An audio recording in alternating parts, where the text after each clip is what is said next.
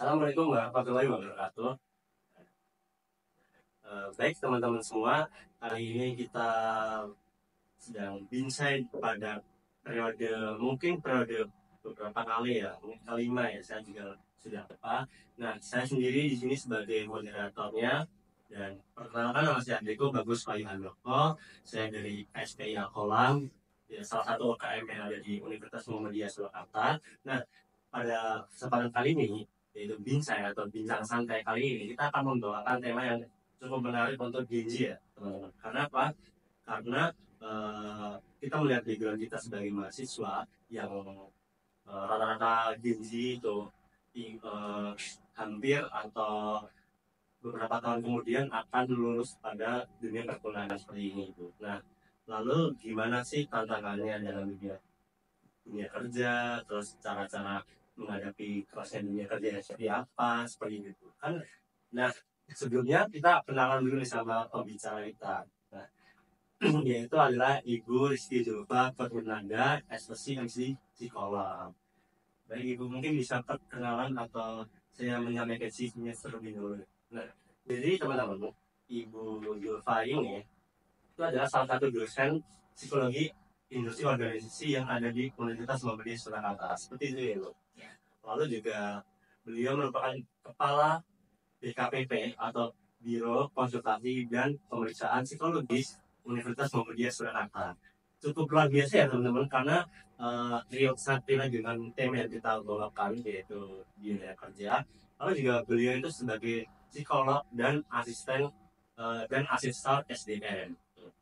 Lalu Ibu Zulfa ini juga berpengalaman menjadi HR recruitment di perusahaan nasional di Indonesia seperti itu. Iya. Nah, beberapa pengalaman Ibu Zulfa ini tadi kan sangat relate dalam tema yang kita lakukan. Temanya juga mencakup bagaimana sih kita di dunia kerja itu dalam menghadapi tantangannya, lalu cara solusi dari mana, terus saran-saran dari gimana. Karena kan Ibu Zulfa ini juga cukup berpengalaman dalam dunia kerja seperti itu. Nah, sebelum itu kita sapa-sapa dulu nih teman-teman. Selamat siang Ibu Zulfa. Selamat siang teman-teman semua. Halo sahabat Alkola. Nah, Ibu Zulfa siang ini udah makan belum nih? Alhamdulillah sudah. Berarti sudah siap untuk menjawab pertanyaan-pertanyaan yang akan kami lontarkan. Insya Allah ya. Kita diskusi santai aja kan ya. Diskusi santai. Karena kita berharap dari diskusi ini bisa bermanfaat untuk mahasiswa-mahasiswa yang ingin bekerja gitu. Jadi kan Gen Z itu, saya sendiri juga Gen Z itu dalam masa perkuliahan saya sendiri hampir lulus gitu. Nah, karena saya masa perkuliahannya hampir lulus, otomatis saya ingin mencari suatu pekerjaan. Nah, berarti kan kita ingin menghadapi dunia kerja seperti itu. Nah, sebelum kita membahas lebih dalam terkait dunia kerja yang seperti apa, nah, menurut Ibu tantangan terbesar Gen Z dalam menghadapi dunia kerja sekarang itu seperti apa? Oke, menarik banget nih teman-teman semua ya sahabat Alkolam. Tadi menarik ya yang disampaikan oleh Mas Diko. Oke, Mas Diko tadi sudah memprolog ya kayaknya. Oke, mahasiswa sekarang itu mayoritas kan yang lagi ongoing studi kan Gen Z ya, betul banget. Nah, Gen Z itu apa sih? Mungkin kita mulai dari definisinya dulu ya. Apa sih sebetulnya Gen Z gitu? Karena kalau kita berbicara tentang generasi itu yang terjadi di masyarakat itu ada beberapa generasi Mas Diko. Jadi mungkin teman-teman pernah kenal generasi baby boomers gitu ya. Ada generasi bapak-bapak kita, mungkin juga generasi X, kakak-kakak kita atau generasi milenial. Terus teman-teman sendiri ini mungkin lebih banyak ke generasi Z, dan adik-adik teman-teman ini adalah generasi alpha gitu ya. Begitu seterusnya, per generasi itu ada tahunnya, ada rentangnya, walaupun memang sebetulnya menurut ahli sosiologi batch antar generasi itu sebenarnya dilakukan atau dibuat untuk memudahkan melihat gambaran atau fenomena kelompok berdasarkan usia gitu ya, kelompok masyarakat tertentu berdasarkan usianya Karena biasanya dalam rentang generasi itu ada ciri khas tuh Mas Niko yang membuat generasi satu dengan generasi yang lain itu berbeda satu sama lain. Nah, ngomong-ngomong tentang generasi Z, ini menarik sekali karena memang kalau di dunia kerja sana, karena memang kenapa ya ini lagi anget-angetnya dibicarakan karena generasi Z ini memang lagi banyak-banyaknya masuk ke dunia kerja nih. Sehingga perusahaan-perusahaan yang awalnya dulunya mungkin generasi milenial atau generasi X agak kaget mungkin ya kalau saya melihat karakteristik dari anak-anak generasi Z. Generasi Z lahir di perkiraan antara tahun 1997 hingga 2012. Berarti artinya umur berapa tuh Mas Diko?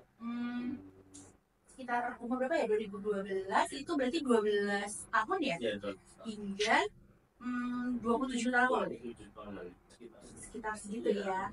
Nah, di dalam rentang usia tersebut ternyata memang kalau kita ketahui sejarahnya itu sangat dekat sekali dengan yang namanya internet gitu ya. Bahkan ada yang menyatakan bahwa itu I generation atau internet atau generasi internet gitu lah. Yang mana itu sangat mempengaruhi ternyata Mas Diko terhadap karakteristik dari Gen Z. Nah, sayangnya gitu ya mungkin ini sebagaimana generasi milenial dulu masuk ke dunia kerja ya juga ada komplain nih dari senior kita di generasi X. Ternyata generasi Z ini juga ada komplainnya gitu Mas Diko. Bahkan perusahaan-perusahaan itu menyatakan, ini mungkin kalau teman-teman nanti baca artikel ya, menyatakan bahwa wah aku nggak mau deh rekrut Gen Z. Saya lebih memilih merekrut generasi sebelumnya atau karyawan lama daripada merekrut fresh graduate dari Gen Z. Sampai sebegitunya gitu ya, fenomena ini tuh sangat-sangat luar biasa di dunia kerja sekarang. Nah, kenapa? Karena tadi mungkin Mas Diko juga sudah menjelaskan bahwa generasi Z ini walaupun mereka punya sisi positif gitu ya, mereka adalah tech savvy ya, mereka digital native, mereka sangat menguasai teknologi karena memang tumbuh dan berkembang di era digital, di era internet. Mereka juga tergolong sangat kreatif, kemudian sangat fleksibel gitu ya, ingin terus tumbuh, berkembang gitu. Karakteristik Gen Z memang sebenarnya luar biasa sekali kalau kita bisa mencari gitu ya atau memahami bahwa ada loh keunggulan dari Gen Z. Nah, hanya saja yang terjadi itu ya walaupun ini tidak semua gitu ya, kadang tuh Gen Z ada yang bilang loh tapi saya enggak kok gitu ya, aku enggak gitu. Ya memang tidak semua sebetulnya ya generasi Z punya karakteristik tadi yang Mas Diko sebutkan. Mental tempe tadi Mas Diko menyebutkan ya, saya menghijau istilah Mas Diko karena cenderung kurang tahan ya terhadap tekanan, kemudian gampang mengeluh, kemudian punya standar yang sepertinya tinggi sekali gitu ya dalam dunia kerja, sehingga ketika dihadapkan pada dunia kerja yang real, yang banyak tantangannya, yang banyak pressure-nya, yang bahkan mungkin bisa dimarahin atasan gitu ya, yang bisa dituntut oleh mungkin klien, mitra, itu kaget Gen Z. Dan dengan kondisi kemudahan yang selama ini mereka dapatkan dari mungkin parents, orang tua gitu ya, membuat Gen Z pada akhirnya tadi merasa kok dimarahin sih, tertekan. Wah ini kerjaannya loadnya tinggi banget, stress, burnout gitu ya. Kemudian wah mentalnya kena mental nih, akhirnya healing gitu. Yang mana sebenarnya kalau sepanjang proses saya praktek sebagai psikolog dan juga asesor itu memang tidak semua sebetulnya Mas Niko yang punya karakter demikian. Banyak kok Gen Z yang bekerja di multinational company atau di national company yang punya karakteristik yang sangat kuat gitu ya, yang bahkan bisa memunculkan inovasi-inovasi baru untuk perusahaan yang pada akhirnya meningkatkan produktivitas dan menekan cost. Itu dari Gen Z itu ide itu gitu. Sehingga memang yang terjadi mungkin tidak semua Gen Z punya karakteristik yang tadi ya negatif mental dominasinya, tetapi mungkin mayoritas gitu ya, sehingga itu menjadi gambaran umum nih atau labeling tertentu nih untuk Gen Z yang membuat para perusahaan ini atau HR ini akhirnya pada pikir ulang untuk wah Gen Z ini udah takut dulu gitu ya, padahal sebenarnya kalau kita bisa melihat potensi yang ada di Gen Z dan perusahaan bisa memfasilitasi, waktu itu pasti saya yakin itu sangat luar biasa gitu sebetulnya. Iya, memang betul sih Bu, karena kan secara terkait Gen Z ini kan dianggapnya pemaksaan kerja saat rapuh gitu ya kan, itu termasuk tantangan terbesar juga ya untuk Gen Z ya. Jadi untuk perusahaan untuk merekrut Gen Z itu kadang-kadang mikir juga agak kali ya, perlu pertimbangan ya. Betul. Padahal secara gagasan atau kreativitas yang diusahakan nanti sangat berpotensi tinggi gitu ya. Oke. Itu adalah salah satu tantangannya. Nah, oke, kita kan tadi udah tahu nih beberapa tantangan-tantangan dari Gen Z dalam dunia kerja. Nah, sekarang saya ingin menggali terkait ini, Bu. Kalau kita ingin mencari pekerjaan atau kita ingin bekerja, itu tuh baik nih. Kita tuh kerja sesuai passion kita atau memang harus realistis gitu, Bu. Soalnya kan saya sebagai Gen Z itu juga pengen kerja sesuai passion karena kalau kita kerja sesuai passion artinya kita kerja dengan senang karena kan itu memang hobi kita. Nah, tapi pada kenyataannya seperti apa gitu. Nah, kalau menurut Ibu gimana? Oke, ngomong-ngomong tentang passion, wah ini sangat hits ya, terutama di kalangan Gen Z gitu ya.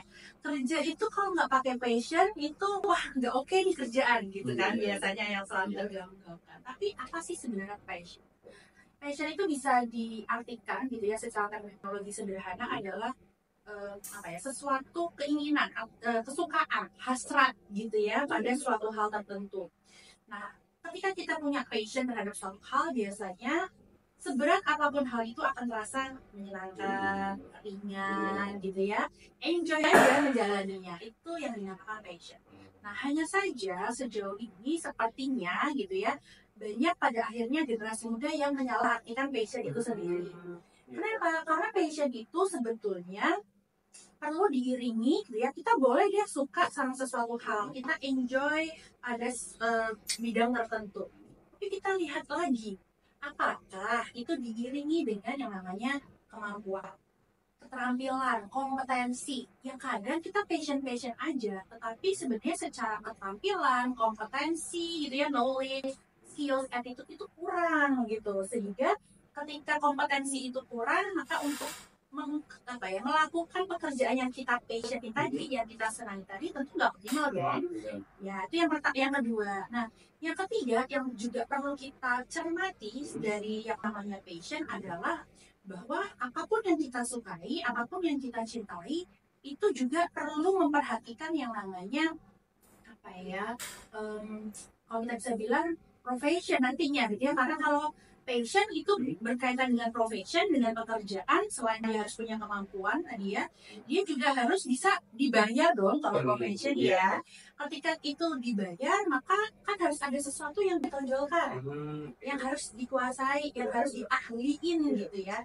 Nah, kadang-kala kita hanya senang-senang aja nih, passion doang, tanpa kita mengimbangi dengan yang namanya tadi kompetensi, tanpa memperhatikan di mana sih sebenarnya ketika kita tadi punya keterampilan dan suka itu bisa dibayar dengan layak gitu ya, dengan sesuai. Dan juga yang ketiga, yang keempat gitu yang juga perlu kita ingat adalah apakah passion kita itu juga bisa bermakna. Kadang tuh yang juga lupa, kita passion saja, tetapi keuntungan itu mungkin minimal sekali bisa kita rasakan tanpa berdampak dengan banyak orang gitu ya, untuk banyak orang. Nah sebenarnya Mas Iko yang salah satu juga karakteristik Gen Z yang menarik adalah Gen Z ini juga memperhatikan mengenai kebermaknaan, entah dalam melakukan pekerjaannya gitu ya, atau kebermaknaan untuk masyarakat, untuk orang lain gitu. Sehingga makanya ini bisa kita lihat ya ketika karakteristik generasi sekarang ini mereka bisa loh resign dari suatu pekerjaan yang bahkan seleksinya sangat susah gitu ya, semua orang bahkan ingin masuk ke instansi tersebut atau perusahaan tersebut, tapi let's say dia 1 bulan atau bahkan 1 tahun memutuskan resign. Kenapa? Karena dia merasa bahwa pekerjaan itu tidak bermakna bagi dirinya atau menghambat dia untuk bisa bermakna pada orang lain gitu ya. Itu dia bisa tuh memutuskan untuk resign. Kalau generasi sebelumnya wah pasti akan mikir panjang gitu ya. Wah udah masuk sini nih, susah banget masuk sini. Walaupun ada kendala atau kurang bermakna sedikit, oke lah, I can handle it gitu kan. Tetapi Gen Z tidak mentoleransi itu gitu ya. Biasanya bahkan mereka sangat bisa berpikir pendek untuk keluar langsung dari pekerjaannya karena dia tidak merasakan kesesuaian atau nilai yang sejalan dengan perusahaan. Nah, sehingga mungkin nanti dampaknya adalah fenomena turnover yang tinggi tuh di generasi Z gitu. Itu menarik sekali sih ini ya, generasi sekarang. Jadi bisa dibilang bahkan ada pakar yang menyatakan Gen Z itu bahkan nggak bisa diikat.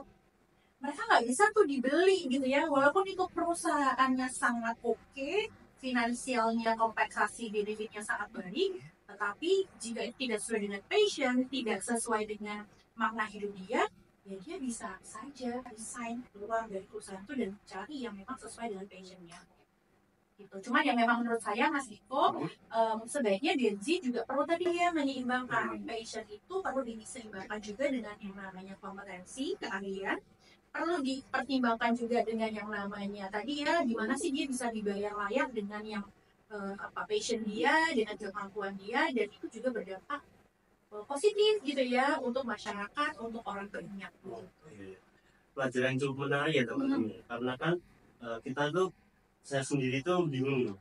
Sebenarnya besok itu saya pengen kerja sesuai passion ataukah harus cari-cari yang memang itu kompetensi saya. Apakah kompetensi, meskipun kompetensi saya itu bukan passion saya, berarti saya, apakah pengen saya teruskan atau tidak, kan itu suatu kebingungan saya sendiri gitu ya. Terus saya jadi menemukan jawabannya nih. Jadi memang betul ya yang ibu sampaikan tadi, kalau dalam kerja itu kita tuh harus imbang antara passion dan kemampuan. Nah, ketika passion dan kemampuan kita imbang, maka kita akan mendapatkan hasil yang maksimal. Nah, seperti ya Bu. Sebenarnya jadi pelajaran cukup bermanfaat untuk kita, apalagi kita adalah Gen Z. Nah, terus ini Bu, tadi kan kita sudah membahas tentang jalan atau apakah kita harus realistis atau sesuai passion dalam mencari pekerjaan. Nah, sekarang dalam Gen Z itu sendiri mempunyai suatu masalah dalam mencari pekerjaan. Nah, salah satu masalahnya yang cukup banyak yang kita temui itu adalah kualifikasi dari perusahaan-perusahaan itu yang harus minimal berpengalaman selama 1 atau 2 tahun. Nah, sedangkan kalau semisal fresh graduate kan mungkin pengalamannya kurang ya, ada pengalamannya. Itu menurut pendapat ibu itu gimana? Oke, menarik banget nih Mas Diko ya. Jadi benar banget nih, ini salah satu challenge juga yang tidak bisa kita pungkiri ya Mas, menjadi tantangan dari Gen Z. Kenapa? Karena ini juga berkaitan dengan kondisi pasar kerja sekarang. Pasar kerja sekarang itu kita sadari betul persaingannya semakin tinggi.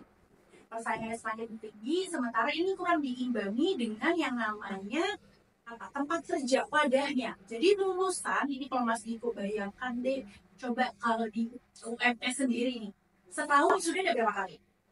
Yang Mas Diko tahu? Setahun sudah 2 kali. 2 kali? Iya. Oke, katakanlah 2 kali ya, 2-3 kali ya. Nah, ketika di UMS saja meluluskan katakanlah 1.000 wisudawan setiap periode, kali 3, berarti katakanlah 3.000 lah wisudawan.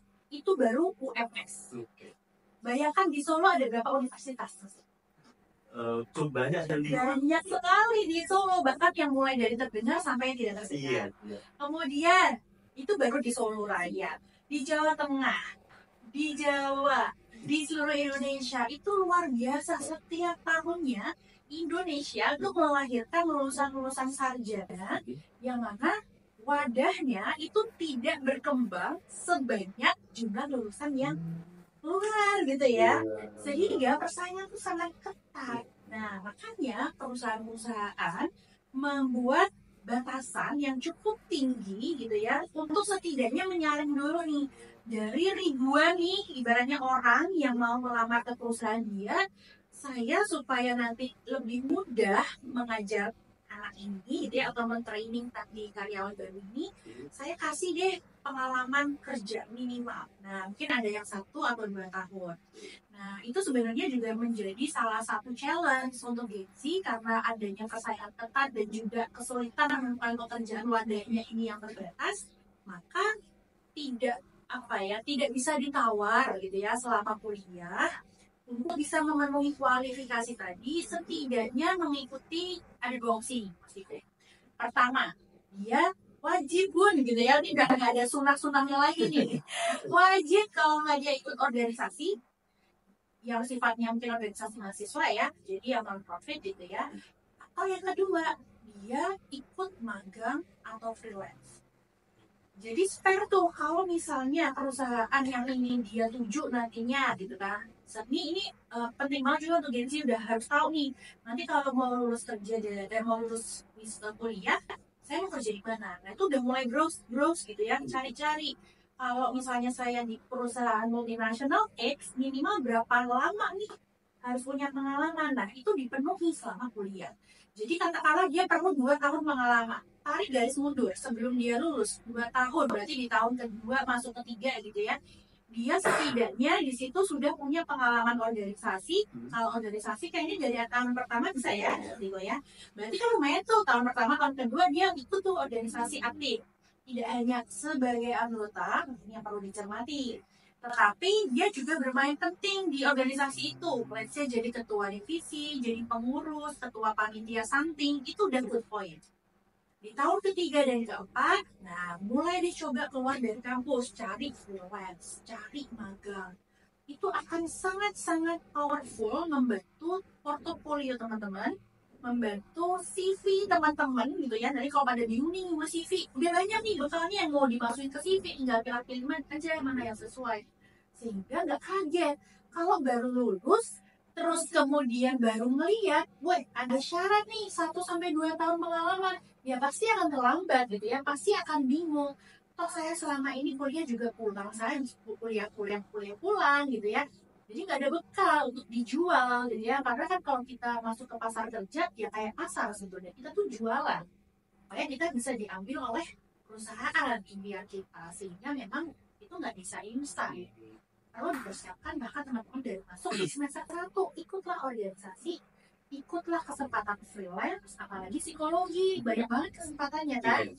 Jadi ngasong gitu ya, mahasiswa kan bisa tuh jadi tester, scorer, fasilitator, trainer. Itu kalau ada kesempatan gak usah mikir 2 kali, ambil gitu lah. Itu tuh udah sangat membantu teman-teman nanti enhance portfolio saat Anda melamar gitu. Menarik banget ya teman-teman. Berarti dalam mencari pekerjaan itu, kualifikasi itu ternyata ada tips-tipsnya ya. Iya betul. Ya salah satunya tadi dalam pas masa perkuliahan kita juga harus memperkaya portofolio kita ya. Betul. Salah satunya pertama, kalau yang ibu bagian tadi, tahun pertama dan tahun kedua kita jadi anggota organisasi. Tapi juga hanya anggota juga, mungkin orang yang cukup penting dalam organisasi itu ya. Lalu juga tahun ketiga dan keempat itu kita bayarkan portofolio dalam freelance, magang. Ini berarti bisa nih untuk kita jadi tips untuk Gen Z nih, terutama saya juga nih. Saya kan masih semester 3, perjalanannya masih jauh nih. Iya, masih punya kesempatan atau waktu yang lebih panjang nih untuk prepare. Iya. Tipsnya itu sangat bermanfaat ya. Mungkin teman-teman di rumah ini juga bisa mengaplikasikan tips ini. Siapa tahu dalam menghadapi tantangan-tantangan dunia kerja yang tadi, kualifikasi yang harus minimal pengetahuan itu, kita bisa melewati itu ya. Betul. Saya jadi tertarik nih Bu, kan Ibu dulu pernah jadi HR di suatu perusahaan nasional. Nah pas waktu jadi HR seperti itu kan banyak menyeleksi mahasiswa-mahasiswa. Nah dalam menyeleksi CV itu yang paling Ibu cari itu CV yang seperti apa? Oke, menarik ya. Jadi waktu dulu sebagai HR recruitment itu kalau Mas Diko tahu, wah banyak sekali ribuan CV itu masuk gitu ya ke email perusahaan atau mungkin cetak gitu ya, datang ke perusahaan terus ngasih CV. Even ada lowongan atau gak ada lowongan gitu ya, tetap berusaha tuh datang ke perusahaan ngasih lamaran gitu. Nah sebenarnya gini Mas Diko, ketika kita membuka suatu lowongan pekerjaan, HR itu sebenarnya sudah punya kualifikasi. Ya kalau di lowongan tuh kan kita sering lihat tuh ya, ada job vacancy, requirement apa gitu ya, pendidikan harus S1, jurusan apa misalnya, terus usia kalau misalnya ada batasan usia. Nah dan sebagainya, semakin detail biasanya ya HR itu punya kualifikasi, termasuk tanggung jawabnya. Nah tanggung jawabnya misalnya ketika kita mau meng-hire let's say sales manager gitu ya, calon sales manager. Banyak nih MT ya, manajemen trainee, ODP kalau kita bisa bilang sekarang program-program yang percepatan karir ya untuk menuju manajer. Jadi biasanya di situ tuh kita akan lebih teliti lagi tuh untuk ngecek punya pengalaman leadership atau enggak, karena ini nanti kaitannya dia dididik selama mungkin kurang lebih 7 bulan. Kalau dia lolos nanti dia akan langsung enhance tuh karirnya menjadi sales manager, sehingga dia perlu punya basic nih sebagai leader something atau ketua panitia something. Nah itu sebenarnya sudah punya tuh HR requirementnya. Nah sebenarnya sekarang semakin berkembang teknologi semakin dimudahkan di HR. Kita punya yang namanya CV ATS gitu ya, itu nanti lewat sistem. Jadi sistem ini akan mensortir gitu ya CV yang ribuan tadi secara otomatis untuk membantu HR membuang atau menyingkirkan gitu ya, memfilter, mensortir mana yang sekiranya memenuhi kualifikasi dan mana yang enggak based on requirement-nya tadi. Jadi biasanya kita udah setting tuh nanti di sistem itu, ini akan sangat memudahkan. Jadi nanti ini minimal usia sekian misalnya. Terus ada dia S1 jurusan apa misalnya, kalau yang spesifik itu nanti semua sudah kita masukkan ke sistem. Sistem akan membantu kita secara otomatis gitu ya, menfilter, mensortir gitu ya CV-CV yang nggak relevan. Nah kalau yang sifatnya itu tadi teks gitu ya atau hard file, nah biasanya kita juga sama sih teman, ini sistemnya manual gitu ya, berarti kita ngeceknya berdasarkan requirement tadi. Semakin mendekati dengan requirement kita, maka semakin ada potensi CV itu lolos. Tetapi kalau semakin jauh ya udah kita tidak akan memproses. Kenapa? Karena kalau kita berbicara tentang proses seleksi itu tuh butuh waktu, tenaga, biaya yang nggak sedikit. Jadi sebisa mungkin kita memfilter yang memang mendekati dengan kriteria yang ingin kita dapatkan, sehingga prosesnya nanti akan lebih efisien dan lebih efektif gitu ya tentu saja. Gitu. Saya jadi penasaran nih buat yang seleksi CV tadi.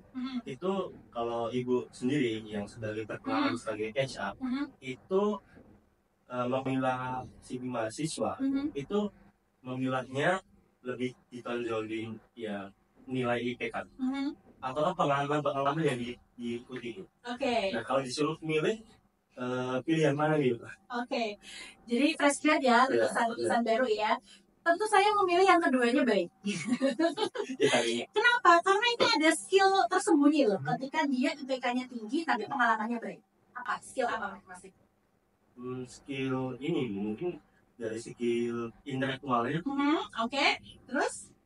Kognitifnya, terus juga mungkin kemampuan dalam menghadapi dunia kerja. Tadi kan soal kognitif itu kan termasuk juga kemampuan untuk menghadapi tantangan seperti itu. Good. Mas Niko menarik. Yang pertama adalah kita bisa melihat ya, berarti secara intelektual jelas ya, karena IPK-nya baik, tinggi gitu ya, dia berarti secara intelektual good gitu ya, bagus. Nah, tapi ada yang gak kalah penting tuh, kita bisa melihat mengenai sikap kerja. Yang pertama terkait dengan manage time, manage self, kemampuan dia memanage waktu, memanage diri. Kan gak gampang ya ketika kita punya pengalaman yang banyak, pengalaman organisasi atau pengalaman kerja, tapi IPK kita bagus gitu kan. Berarti artinya ada kemampuan nih dalam memanage kedua hal ini. Itu yang pertama.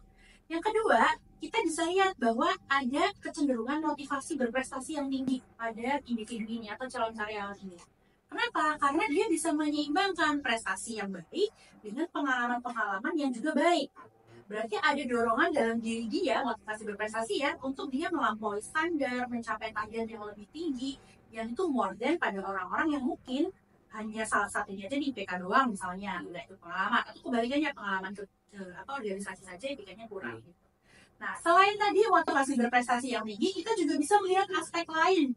Let's say, contoh kayak kegigihan, ketahanan. Susah loh bisa manage IPK, tugas kuliah yang begitu seabrek dengan tuntutan di organisasi, tuntutan di freelance, di magang. Itu kan harus punya ketahanan mental yang baik. Termasuk juga tadi leadership gitu ya. Ketika kita berbicara tentang kemampuan kepemimpinan, itu juga bisa harus didapatkan dari dunia akademik dan non-akademik. Self leadership atau lead others gitu ya.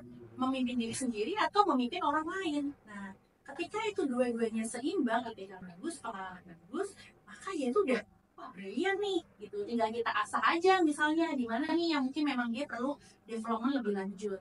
Tapi kalau ada opsi itu, ya maka itulah yang akan diambil. Sehingga memang pesan saya nih ya buat teman-teman, oke lah gitu ya, Anda aktif dalam berorganisasi, Anda tadi aktif ikut freelance, tapi jangan lupa bahwa akademik Anda itu juga sebagai bentuk tanggung jawab Anda gitu ya, pada diri sendiri dan mungkin orang tua gitu ya yang membiayai Anda. Sehingga ketika Anda bisa menyeimbangkan keduanya, maka itu menjadi modal yang sangat baik untuk kalian bisa nanti tonjolkan gitu ya saat melamar kerja. Karena dulu gitu ya, pengalaman saya bisa loh menyeimbangkan target-target saya dengan maksimal, hasilnya pun terbukti maksimal, dan saya bisa memanage keduanya dengan maksimal juga gitu. Nah itu pasti akan jadi nilai plus tuh Mas. Iya. Untuk HR. Nah nih teman-teman yang masih bingung nih, pilih IPK yang baik atau pengalaman yang banyak, dan solusi terbaiknya ya memang harus di dua-duanya ya. Kan juga termasuk poin plus juga ya, memudahkan kita untuk mencari pekerjaan juga. Di samping kita mudah untuk mencari pekerjaan, dalam dunia kerjaan kita juga gak kaget gitu ya, ada tantangan yang dihadapi. Oke. Karena beda banget loh Mas Riko, ketika teman-teman ini hanya fokus ke akademik saja misalnya tanpa berorganisasi karena mengejar IPK tinggi, ternyata tadi skill-skills yang tidak didapatkan di bidang akademik itu didapatkan di organisasi, pengalaman kerja langsung. Mereka akan lebih terbiasa gitu ya, berorganisasi itu kan ada dinamika kelompoknya ya, pasti ada perbedaan pendapat, pasti ada kemampuan untuk berusaha mengkomunikasikan ide atau pendapatnya ke rekan satu tim organisasinya. Ada proses pengambilan keputusan, ada proses design thinking, mencari penyelesaian masalah, dan sebagainya. Itu akan sangat berbeda ketika teman-teman tidak berorganisasi atau mencari freelance atau magang gitu. Sehingga memang itu sangat-sangat membentuk karakteristik atau mungkin juga kompetensi ya dari teman-teman semua gitu. Baik Ibu, ternyata memang sangat bermakna ya teman-teman pesan-pesan Ibu yang sampaikan tadi ya kan. Lalu saya penasaran nih terkait Gen Z. Kan ada stereotip bahwa menganggap Gen Z itu adalah generasi yang gampang kapok, yang gampang banget terkena stres, depresi dalam dunia kerja nih. Nah, itu kan juga termasuk dalam self resilience itu dalam psikologi. Nah, mungkin saya penasaran pandangan Ibu mungkin dari pengertian self resilience dulu. Lalu bagaimana nih cara mengatasi Gen Z yang memang dianggap kaku dalam dunia kerja? Oke. Ya salah satu lain gitu ya karakteristik Gen Z. Kalau bicara Gen Z kayak karakteristiknya menarik semua gitu ya. Gen Z ini memang ada kecenderungan gitu ya rentan terhadap stres nih. Kenapa? Karena tadi ya Gen Z ini itu ciri khasnya adalah work-life balance, keseimbangan antara dunia kerja dan juga kehidupan pribadi. Sehingga yang terjadi realitanya kan seringkali tidak seperti itu ya. Tuntutan kerja yang tinggi, bahkan ketika sudah selesai waktu kerja saja masih ditanyain kerjaan atau masih harus lembur. Belum lagi ketika cuti itu bisa banget tuh direcokin oleh atasan, oleh rekan kerja untuk minta file dan lain sebagainya, yang mana bagi Gen Z itu mengganggu, kurang nyaman gitu ya, sehingga Gen Z sendiri rentan gitu ya ketika menghadapi tuntutan kerja yang begitu tinggi, load kerja yang besar, ekspektasi dia terhadap dunia kerja work life balance tadi yang kurang gitu ya. Wah kok kayak gini ya dunia kerja, membuatlah dia akhirnya stres yang berkepanjangan bisa burn out, kemudian menghasilkan tadi ya mungkin stigma-stigma yang membuat para employer atau pemilik perusahaan atau atasan merasa bahwa Gen Z ini nggak bisa nih ditempa, kurang tahan terhadap tekanan gitu ya, sehingga bisa dinilai resiliensinya juga kurang.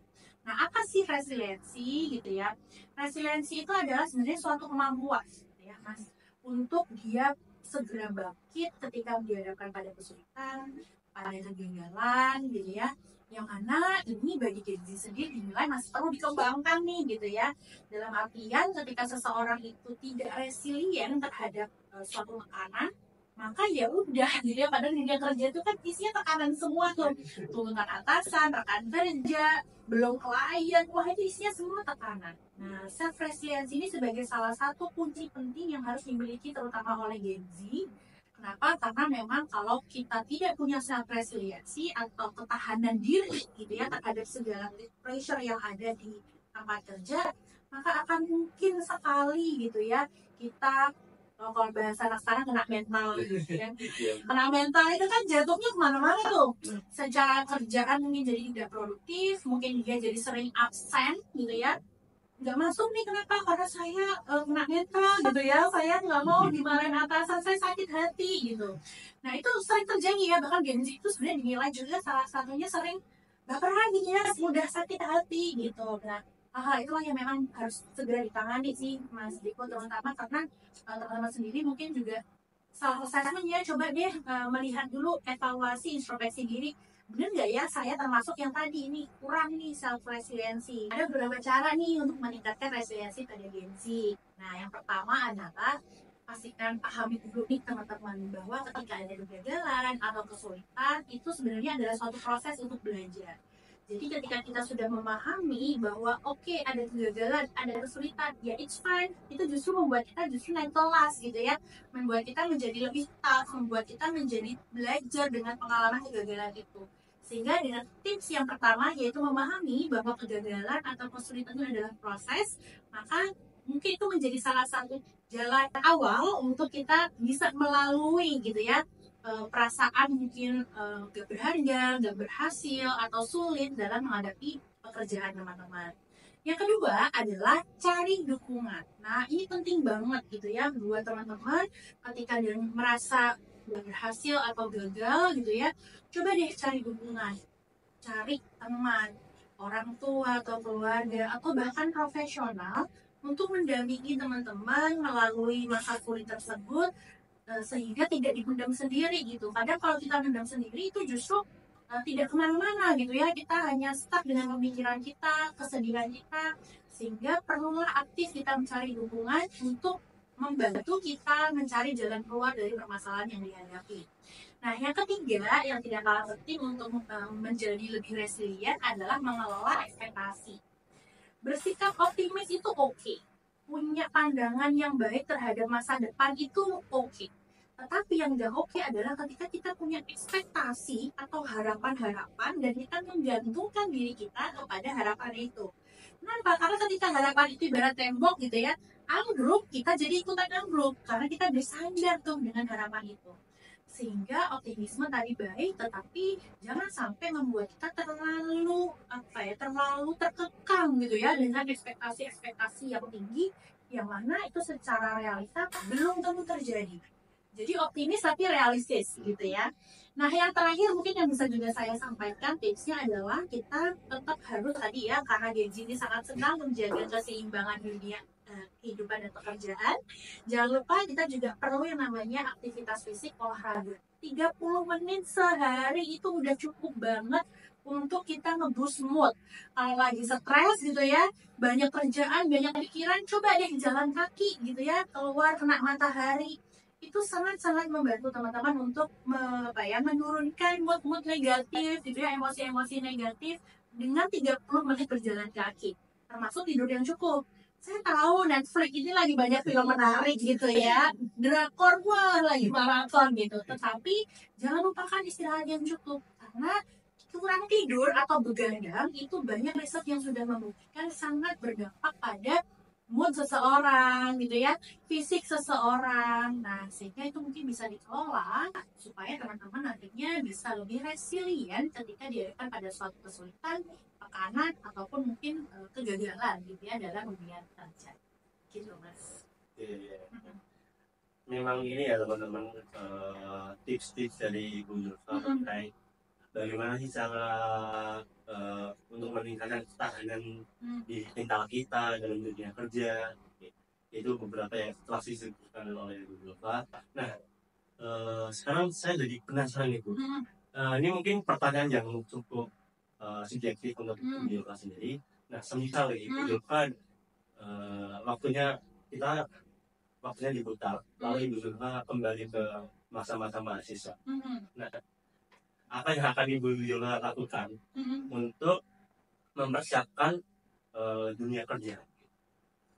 Oke, ini sedikit flashback berarti ya, ketika S1 nanti gimana ya untuk bisa prepare ke dunia kerja. Sebenarnya waktu S1 nih Mas, saya coba ini ya mau sharing sedikit ya. saya cukup prepare sebetulnya untuk karir ke depan gitu. Ini mungkin kalau di kelas saya ada beberapa yang saya share gitu ya. Kenapa? Karena memang saya itu punya keinginan yang kuat. Kayaknya kalau misalnya saya di assessment itu motivasi berprestasi saya itu cukup tinggi gitu ya. Saya ibaratnya orang ambis gitu. Kalau kita lihat ya, kalau anak sekarang jadinya ambis ya. Kenapa? Karena waktu S1 yang tadi saya jelaskan bahwa tahun pertama, tahun kedua fokus di kampus, ikut organisasi itu, tahun ketiga dan keempat fokus keluar mengembangkan tidak hanya di fakultas dan universitas, tetapi juga mulai ikut freelance, magang dan lain sebagainya, itu saya lakukan sendiri gitu. Sehingga waktu itu ini alhamdulillah nih kalau boleh sombong sedikit gitu ya, karena ini sesuatu hal yang memang menurut saya sesuatu yang perlu saya share ke teman-teman semua. Kenapa? Karena dengan pengalaman yang waktu itu saya lakukan demikian, saya membuat rancangan, oke, tahun pertama saya fokus di fakultas, di organisasi fakultas internal. Waktu itu memang saya ikut beberapa gitu ya, beberapa organisasi, dan akhirnya saya memutuskan yang paling fokus saya mau ngambil peran di situ adalah waktu itu Badan Pers. Waktu itu saya di UGM ya, psikologi UGM, saya ngambil sebagai salah satu ketua divisi di Badan Pers gitu. Nah, tahun itu berlanjut ya, tahun 1 dan kedua. Tahun kedua itu saya juga mulai mengembangkan nih, oke, di fakultas udah nih punya dedikasi, punya kontribusi. Saya coba mengembangkan ke universitas. Saya ikut panitiaan di universitas waktu itu orientasi baru tuh ya, mahasiswa tuh kalau UGM kan terkenal dengan apanya, yang namanya kalau yang di PPSND ya, karena ya yang Garuda bagaimana itu tuh ketemu dengan banyak orang, ketemu dengan rekan-rekan dari fakultas lain, waktu itu juga mengembangkan relasi juga. Tahun ketiga saya coba ikut dosen saya waktu itu di psikologi, punya biro, saya gabung di biro beliau, kemudian bekerja di sana, ngasuh sana sini, jadi tester, jadi scorer, sehingga waktu di tahun keempat, di tahun ketiga juga saya ikut ini ya, Gajah Mada Mengajar tuh ya waktu itu juga. Jadi ngembangin tidak hanya di fakultas dan universitas tapi juga di luar kampus. Sehingga setelah saya ujian waktu itu, saya hanya berbekal SKM itu mendaftar tuh di perusahaan tadi.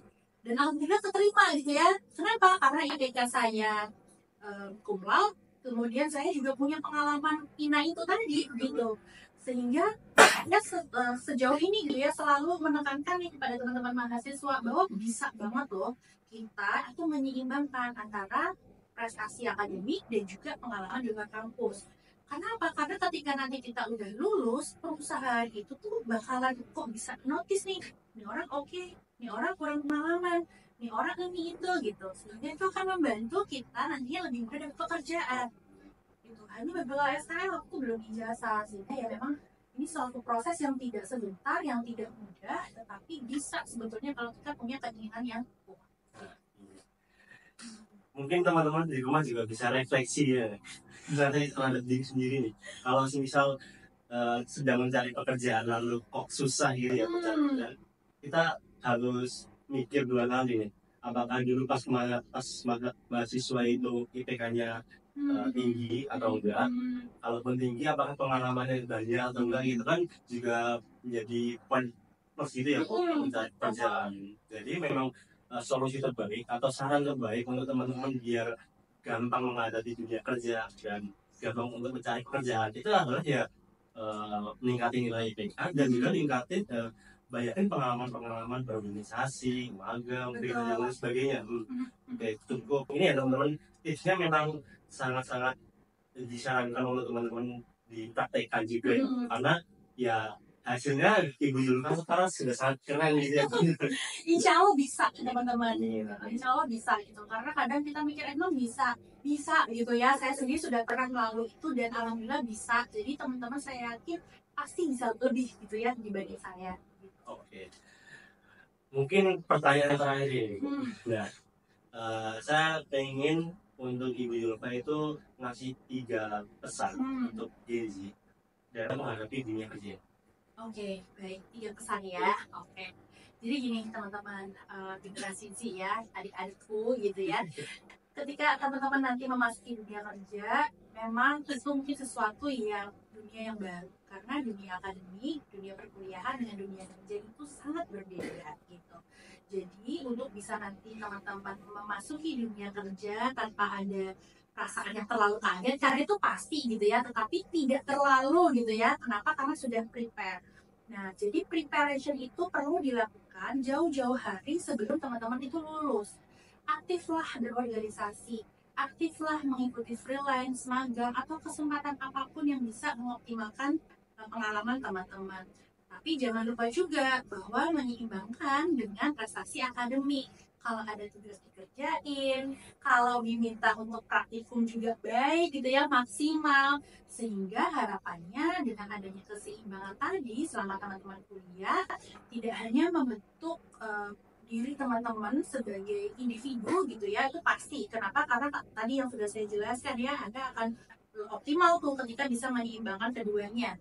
Nah, tetapi juga selain itu, teman-teman nanti akan belajar bagaimana sih gitu ya, di dunia kerja itu erat kaitannya dengan berelasi. Berelasi tidak hanya dengan rekan kerja, tetapi juga dengan atasan, dengan atasannya atasan, dengan mitra gitu ya, orang-orang eksternal, yang itu sangat bisa dilatih ketika teman-teman di kampus gitu ya, atau di luar kampus bekerja sama dengan teman-teman satu kelompok praktikum misalnya, atau ketika mengadakan event, acara, kepanitiaan dengan teman-teman organisasi, atau ketika teman-teman freelance dengan mitra, dengan vendor di luar, itu akan sangat terasah tuh kemampuan membangun relasi tersebut, yang mana ketika ini bisa dioptimalkan dengan baik, insya Allah gitu ya, ketika Anda nanti lulus itu akan mudah buat teman-teman dalam artian personal branding, menjual diri ya tanda kutip, sehingga itu nanti akan memudahkan Anda diterima di pasar kerja, atau bahkan yang lebih expert lagi adalah justru menciptakan peluang kerja. Karena generasi Z ini salah satu karakteristik baik yang lain adalah mereka itu tidak ragu untuk berwirausaha, berinovasi, mencari peluang-peluang baru yang justru itu bisa menciptakan lapangan pekerjaan. Nah, itu tuh sangat lebih baik lagi gitu ya. Kenapa? Karena ya kita butuh generasi-generasi atau orang-orang yang tidak hanya mencari kerja, tapi menciptakan kerja. Karena tadi ya, kita sangat-sangat terbatas nih wadah yang bisa menampung lulusan-lulusan yang ada di Indonesia saat ini. Gitu. Jadi itu peluangnya baik sih di Indonesia. Gitu. Dari 3 belum? Iya. Sudah tiga ya, baik. Itu dia teman-teman di rumah mungkin bisa dengerin ya pesan-pesan yang telah disampaikan, dan nggak nggak sampai dengerin doang, tapi dipraktekkan juga ya, kita nggak kebingungan nih dalam mencari pekerjaan. Khususnya saya sendiri juga Bu, saya kan masih semester 3 nih. Nah, tips-tips yang Ibu berikan mungkin juga bisa saya praktekkan agar kemudian dalam mencari pekerjaan besok itu jadi mudah gitu ya, dan nggak hanya mudah tapi pas dalam dunia kerja menghadapinya juga gampang, kita bisa mengatasi tantangan-tantangannya dan seperti itu. Oke. Mungkin satu tambahan lagi Mas yang juga mungkin bisa dilakukan oleh teman-teman mahasiswa atau Gen Z adalah mencari mentor gitu. Mentor ini perannya sangat luar biasa penting nih buat teman-teman. Bisa mentor, bisa career coach ya. Kenapa? Karena itu bisa membimbing nih teman-teman untuk bisa lebih matang, untuk mempersiapkan karirnya, untuk mengetahui tujuan nanti ke depan seperti apa, mengenali diri saya itu sebenarnya tadi mungkin berbicara tentang passion itu seperti apa, kemampuan yang masih harus dikembangkan apa. Carilah mentor atau career coach yang bisa mendampingi teman-teman juga nanti untuk bisa mencapai apa ya, optimalisasi dirinya gitu ya. Jadinya nanti ketika di dunia kerja udah belum lagi karena sudah matang secara personal, pengalaman, dan juga mungkin nanti attitude gitu ya sikapnya. Nah, untuk mentornya itu sendiri itu kita carinya apakah teman dekat atau memang ada profesionalitas mentor yang pekerjaan coach itu atau gimana? Kalau mentor itu sebenarnya orang yang berpengalaman ya, artinya orang yang sudah pernah ada di posisi yang nanti teman-teman akan capai gitu ya. Misalnya dia, oh saya mau jadi ini nih di perusahaan X, mau bekerja di sana. Coba cari ada nggak mungkin kakak tingkat atau mungkin orang yang mau berbagi atau sharing gitu ya terkait dengan pengalaman dia, sehingga bisa kita mendapatkan ini ya proses mentoring ya pada orang tersebut karena sudah berpengalaman. Kalau career coach itu memang biasanya profesional ya, jadi kita mencari career coach Nah, seorang coach ini akan melatih kita nih untuk bisa memantik sebenarnya apa sih yang kita inginkan, karir apa sih yang mungkin cocok dan lain sebagainya. Atau juga bisa konseling karir gitu ya. Nah, nanti dengan psikolog, dengan profesional atau ahli yang bisa membantu teman-teman memetakan dan juga mendampingi gitu ya proses dalam penentuan karirnya. Gitu. Ya, teman-teman kalau pengen konseling karir itu juga bisa di PKPP nih teman-teman. Bisa banget, tapi dengan banyak psikolog-psikolog ahli juga tuh yang akan bisa mendampingi teman-teman. Nah, oke. Mungkin bincang kali ini sampai sini dulu ya teman-teman. Semoga apa yang kita diskusikan pada siang kali ini itu bisa bermanfaat buat teman-teman sekalian, dan juga diharapkan teman-teman juga tidak hanya mendengarkan doang, dan juga harus mempraktikkan seperti itu. Ya. Betul banget. Semangat ya semuanya. Oke, terima kasih ya Ibu Yuta atas karena sudah meluangkan waktunya. Kami sangat terima kasih. Saya Alvito. Wassalamualaikum warahmatullahi wabarakatuh.